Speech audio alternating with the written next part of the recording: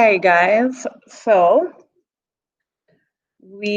for our first project, let me backtrack.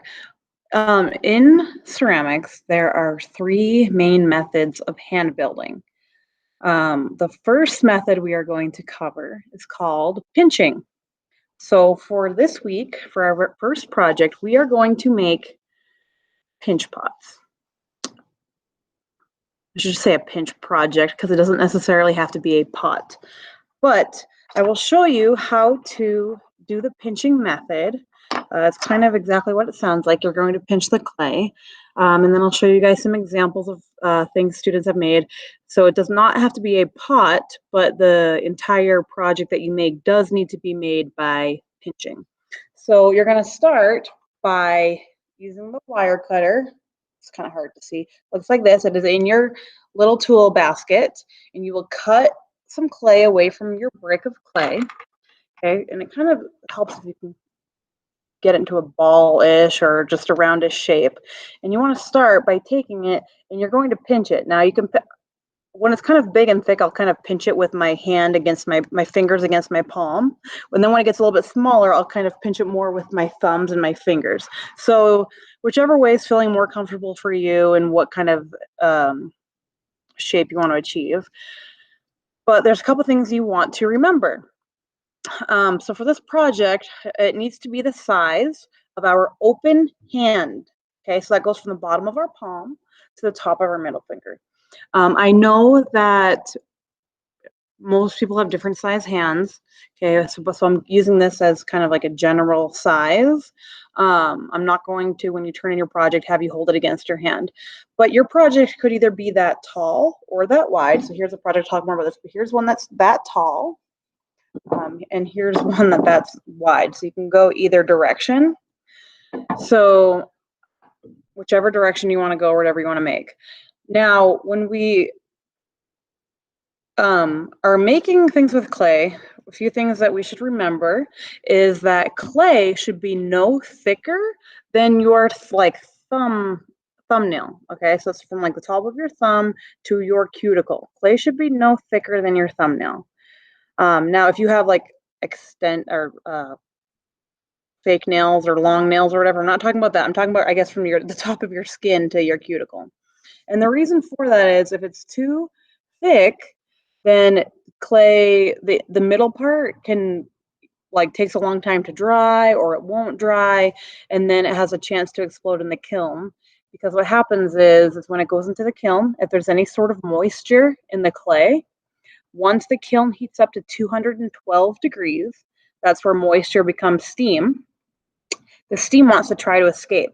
And since it has nowhere to escape, it will crack your clay or break your project. So things will explode in the kiln if there's any air bubbles or moisture. So to prevent things from exploding in the kiln, we make sure that clay is no thicker than your thumbnail.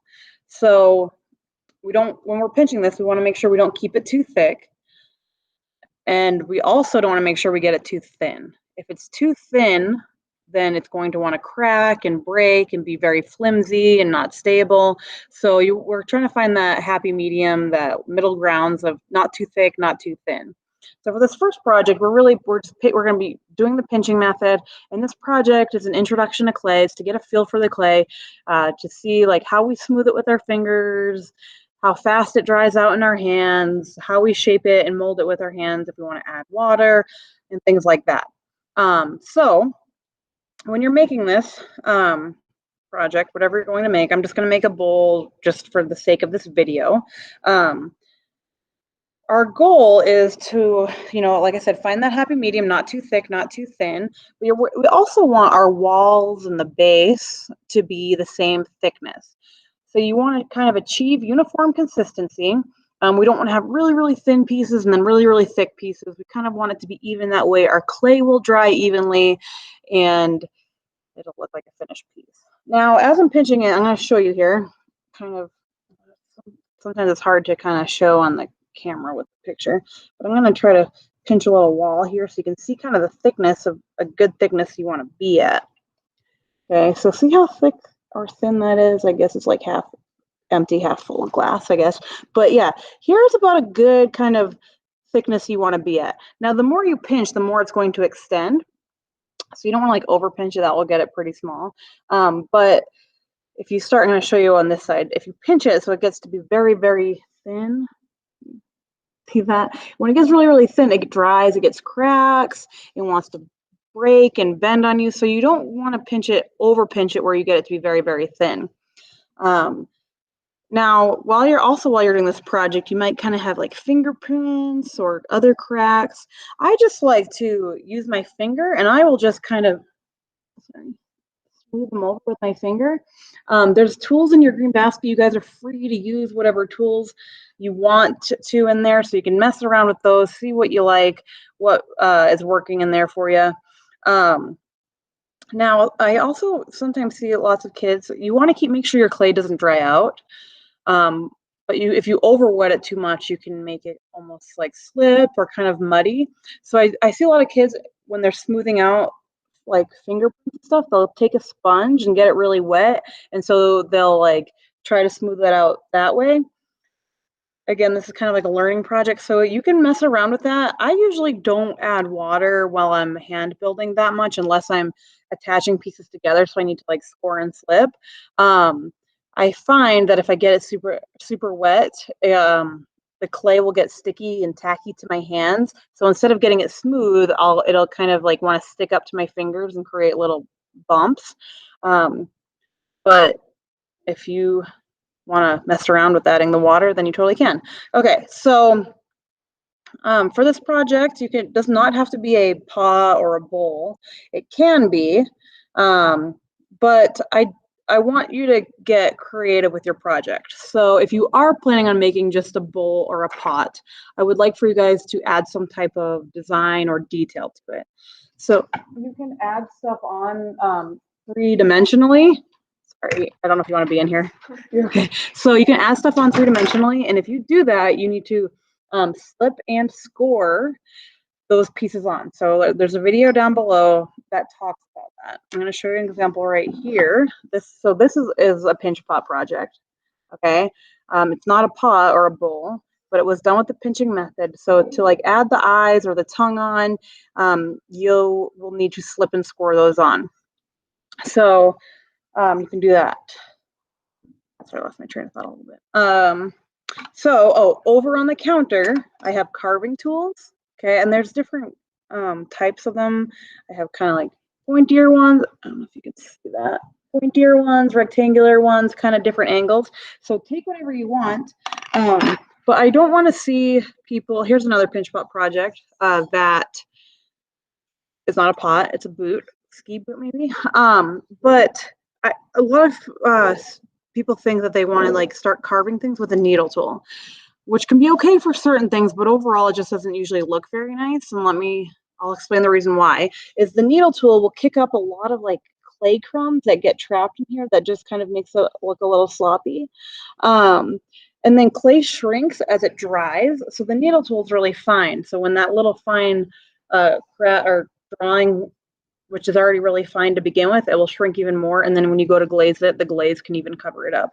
So if you're going to draw stuff or carve designs into it, I would want you to all use a carving tool, okay? Whichever one you want. Or try them all, see what works best. Just when you're done with them, please put them back. Here's another pinch pot that is kind of like a bowl. They also made it a straw, so they would have slipped and scored the teeth on. And notice how even the walls are, and they really took the time to smooth it with their fingers. So please do that, especially for things that you can see the inside of. You want to just try to smooth all that stuff out. We talked about clay exploding in the kiln, which is why it needs to be no thicker than your thumbnail. And then I said how clay can explode in the kiln if there's like a trapped air bubble or whatever. So here's an example. So everything needs to have, if it's like an enclosed space, you need to have a hole somewhere so that air can get inside to dry out the clay. So this was for a different project, but they made it by pinching.